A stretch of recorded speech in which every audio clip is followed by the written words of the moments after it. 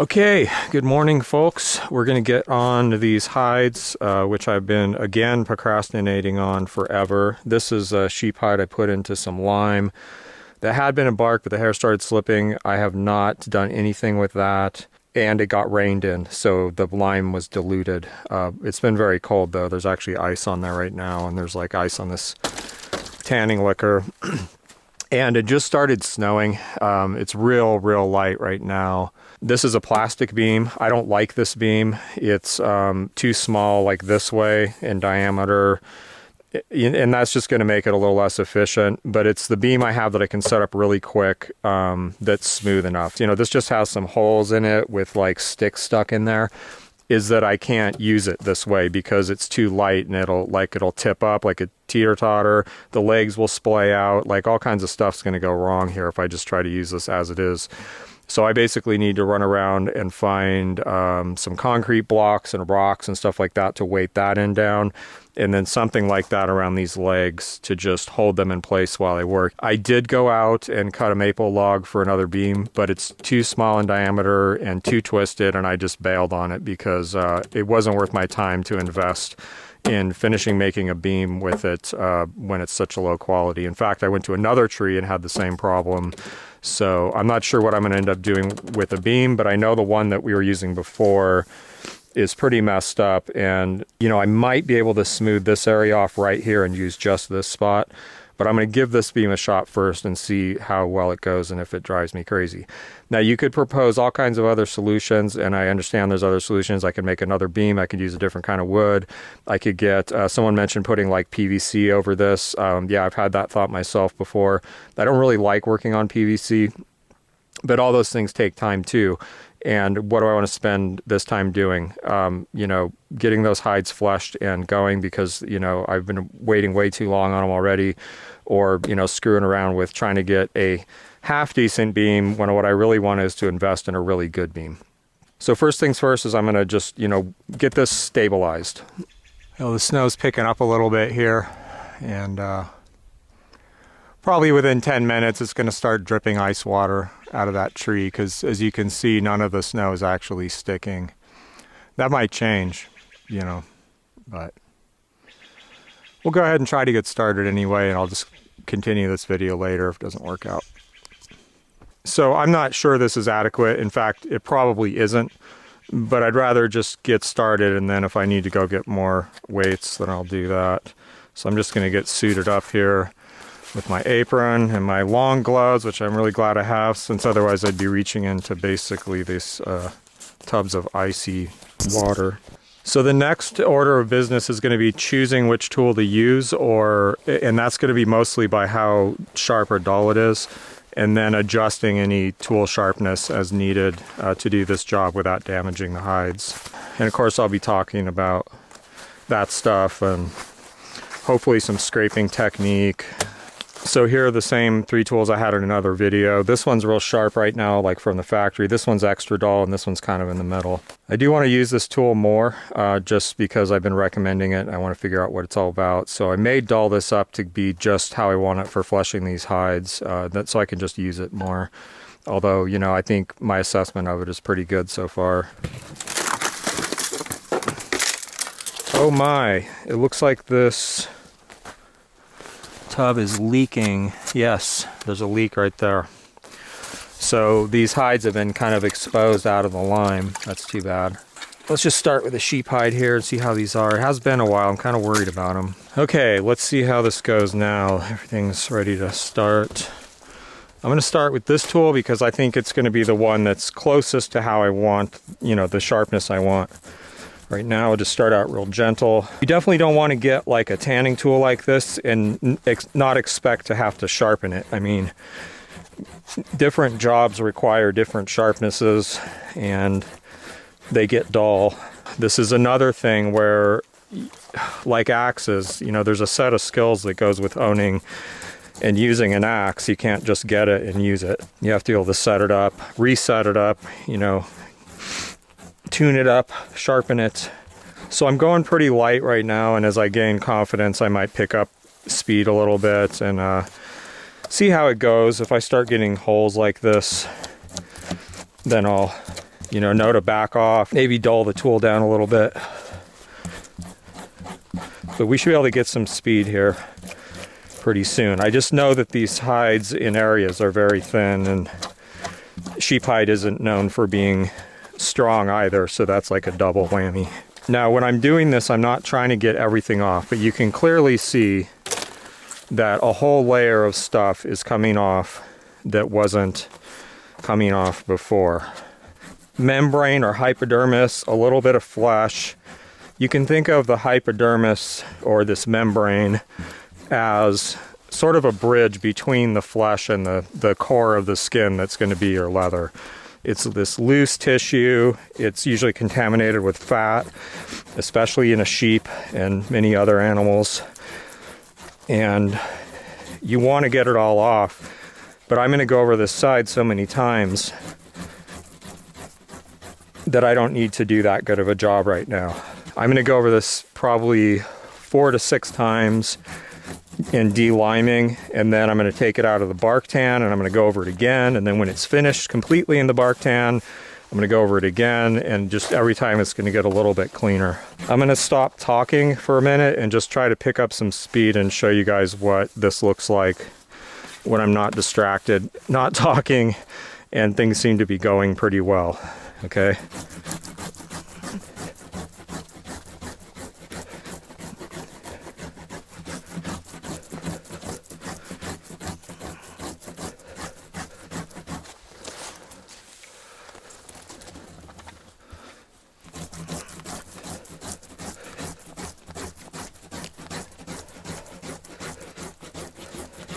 So the reason I like a wider beam surface is more of the tool is contacting the surface, and so you take a little bit bigger strip with each push.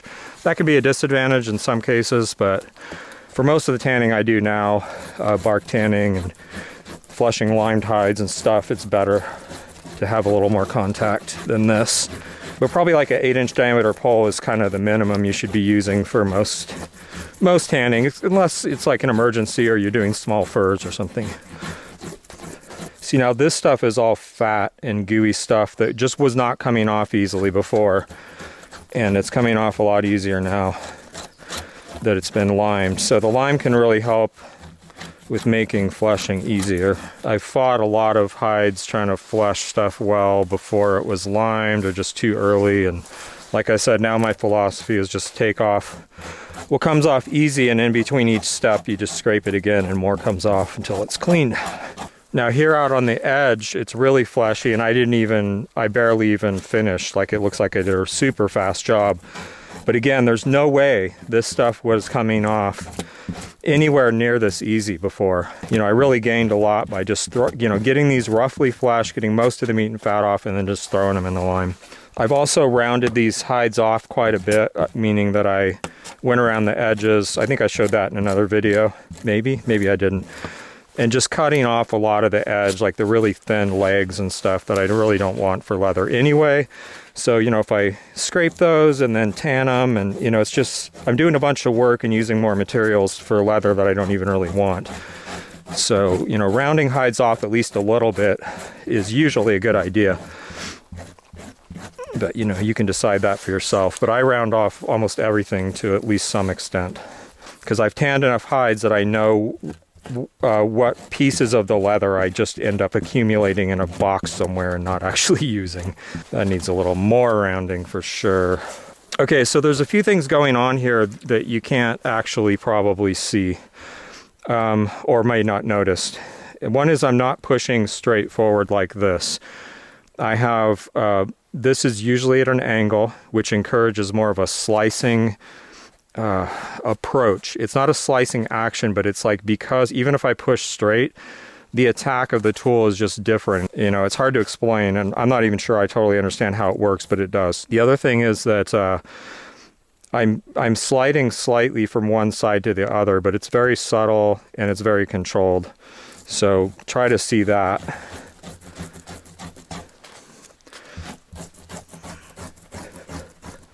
And again, that's going to give us more of a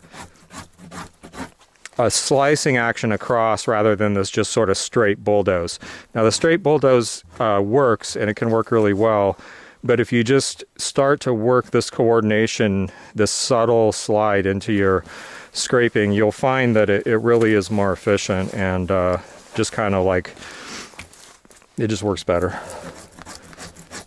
Okay, so angle, and then sometimes and sometimes not, I'm sliding a little bit. But if you do too much, if you're clumsy about it, this is too much, this is too much, you'll end up cutting the skin more often. So it's very subtle. Like I said, it's probably hard to see. So as you can see there, I can actually cut the skin with this. It's that sharp. But I have to really kind of saw at it, you know. If it cut the skin super easy, like slice, it would be tearing the skin to pieces, taking out like deep gouges, popping holes. And these cuts are from the butcher or the slaughter guy. These were done on a mobile slaughter, so the guy pulls up in a truck, you know, you have your animals there, he pulls up in a truck. He does all the killing, gutting, skinning, and then usually he'll haul those to a butcher, or sometimes he's the butcher, just depends. And I have to say that even though he did put some score marks in the hide, they are subtle, and I've seen very few, if any, actual holes resulting from those score marks. So it's still unfortunate, but it is pretty impressive, because when you see these guys work, I mean, they cannot screw around. You know, if they do more animals in an hour, then they make more money, and they're just wicked fast. I got mad respect for those guys, both for skills and like how hard they work, how hard their job is. Let's just take a quick look at the grain side, because if the grain is damaged in any way, or if this fleshing is damaging the grain, then we have a problem, because this is our nice smooth surface of the leather, and it looks great. You know, it's all dented up. This is just like pigmentation in the sheep probably, or I think that's all it is. But all this dent's going to come out. I don't see any tears in the grain. It actually looks really good.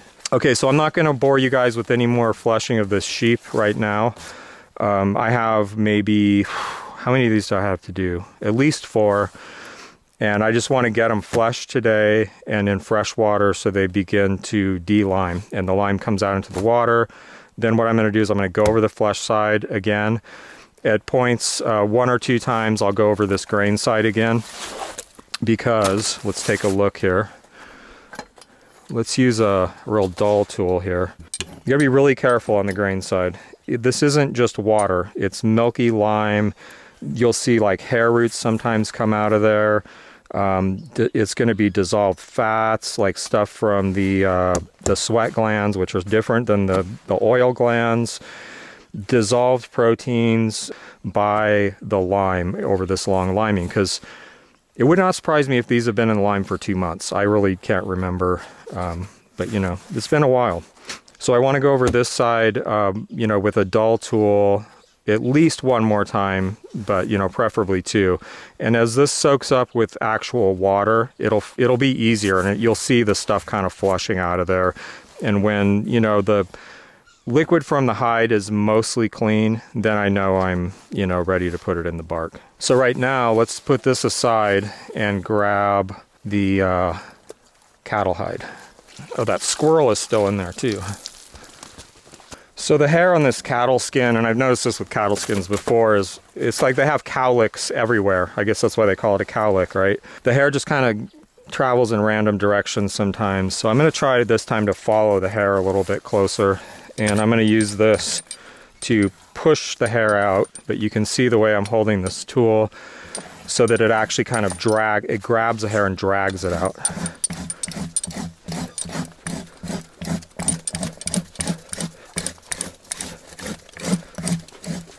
If I see hairs that are still stuck in there, I just try to go over it a little bit more.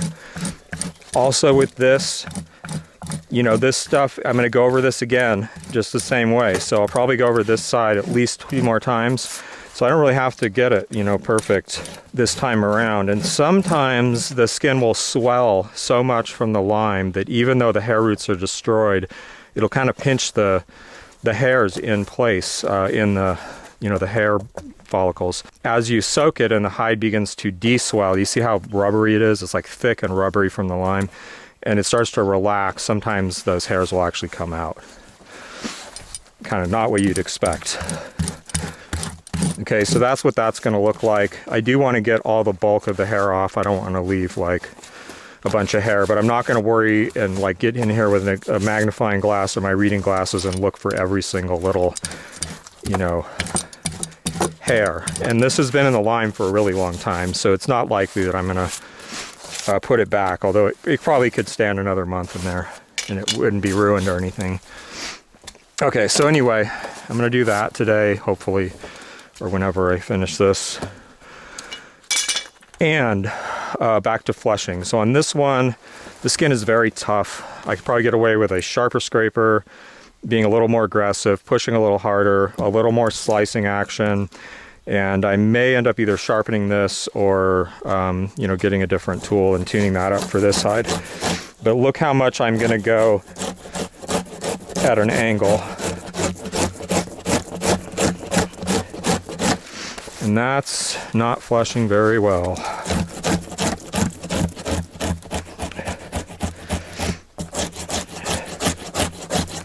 So part of the problem with flushing this area is it's just so lumpy. You know, it's got this like big hump in it, which will start to relax out as the hide is de-limed. But this stuff is just tough. You know, flushing cattle hides is not like flushing a deer. And if I go too sharp with the tool, I'll just end up damaging the skin, but I might be able to go a little sharper. Another thing that'll probably help is to go over it one way and then come back in a different direction. You can see it's kind of bumping over these lines of tissue. And if I come back at those in this direction, I can like strip them off easier maybe. So let's try taking more controlled, shorter strokes and just not expecting to get so much done per stroke. Take like, I'm doing like maybe 1-inch strokes here. It's hard to talk and do this stuff at the same time. This beam really sucks for this cattle hide, and I just realized I can use this beam because that hide's so thick that these bumps and holes and inconsistencies are really not going to affect the cattle skin at all. So that's going to help a lot because I like this beam a lot better in terms of like its general form. All right, so here's a good example of where, you know, it's kind of a tough spot there, and I was like digging into it pretty hard, sliding a lot, and I just slipped sideways and dug a chunk of skin out here. Not a big deal considering the thickness of the skin, but I can't do that all over the skin. So, you know, there's a limit to how aggressive I can be. The duller the tool, the more aggressive you can be, but the less the tool is effective at cutting the stuff off the skin. One thing that can help that I showed in the last video, I think in the series, or maybe the one before, I don't remember, is holding the tool really flat, because this side of the tool is essentially flat. I mean, there might be a slight rounding here just because it's old and used, but basically this side is flat and this side has a bevel. So if I hold this nearly flat, the edge is still contacting this stuff, like watch. And the flatter I hold it, the less likely I am to like dig deeply into the skin and cause some big problem.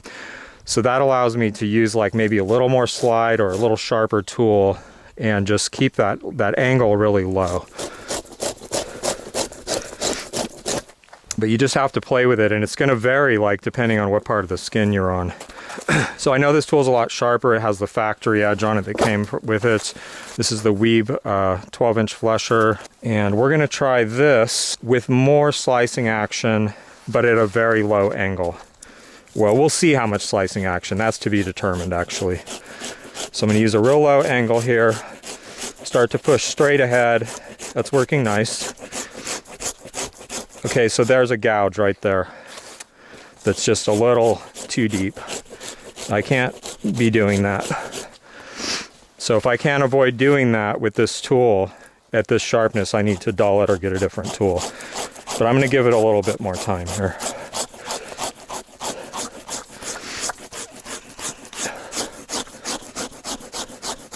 Like, I don't mind doing a lot of hides by hand fleshing, but you could see having a tannery with hides like this, man, it would be such a benefit to have a mechanical fleshing tool.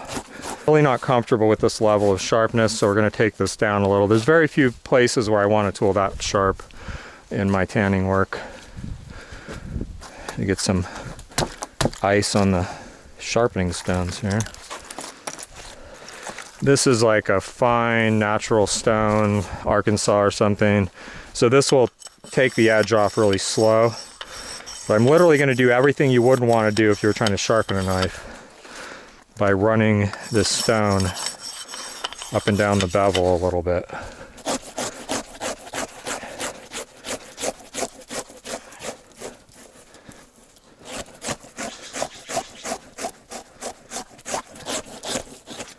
I don't like the feel of that, whatever that is. It feels like I'm going to cut the skin.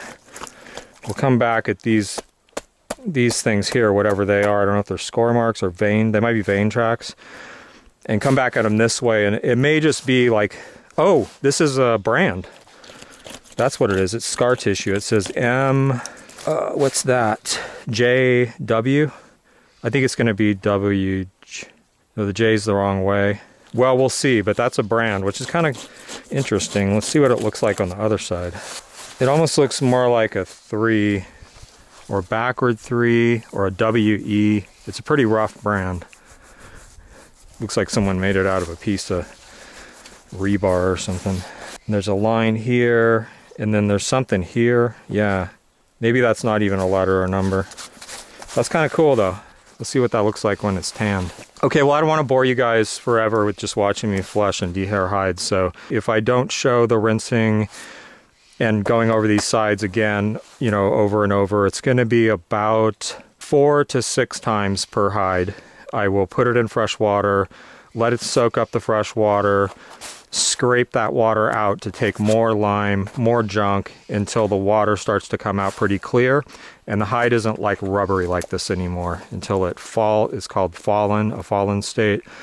It kind of reverts back to its natural like floppy, fresh form, but even more so because it's been worked on by the lime. Probably get some footage of some of that stuff, but you know, for now I just have this job in front of me to get all this stuff fleshed, and I'm going to do that. Well, as you can see, the snow is really picked up here, and I didn't get very far. I got like 1 sheep hide fleshed and put on to rinse. I fleshed the cattle hide on one side pretty good the first time over. Got that into soak. I do have a problem with the cattle hide, but we'll discuss that in the next video.